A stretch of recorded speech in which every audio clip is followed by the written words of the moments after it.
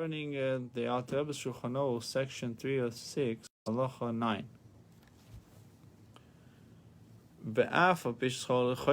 Now, if you employing somebody, you're hiring a worker for a month, the arrangement is forbidden if he stipulated that he would pay the worker such and such amount for each day. Then you're giving him money for Shabbos, for working on Shabbos, even though at the end of the month, the employer pays the worker the wage for the Shabbos in one sum together. It's called avlo, in one sum together with the wages for the other days. There's no consequence. The rationale is that including payment for Shabbos together with that of the other days, only at the time of payment is not considered. Since the option is the workers, were he to desire to cease working in the middle of the month, the employer would not pay him for the entire month, but would calculate his daily wage for each day of the month for which he was hired.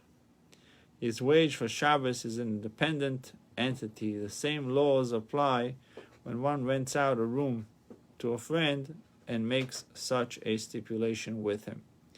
Similar laws applies with regard to those who lend money to non-Jews with interest, charging such and such an amount per week. The loan must be made in such a manner that if the loan will be repaid in the middle, the full amount of interest stipulated for the entire week must be paid. Alternatively, the loan must be made in such a manner that the debt may not be repaid at all during that week.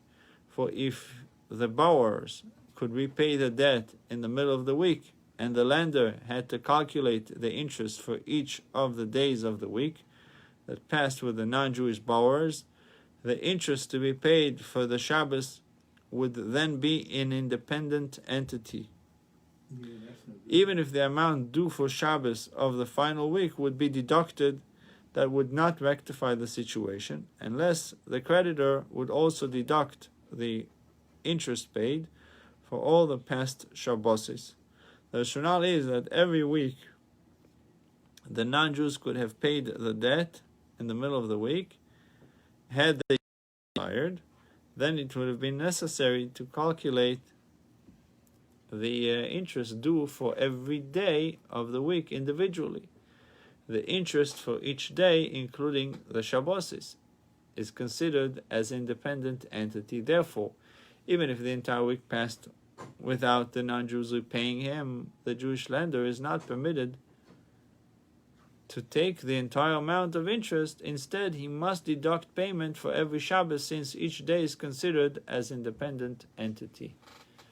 So the point is, it could be very tricky, because even if you're paying him for the month, like you said, I'm giving you X amount for the whole month, what happens if he stops in the middle? So now you have to start calculating each day.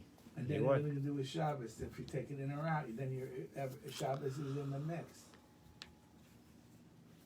This is speaking about Malve Ribis Lenochim. Interestingly, that so he mentioned that those who lend money to non-Jews with interest, because the Jews to begin with is prohibited. Right.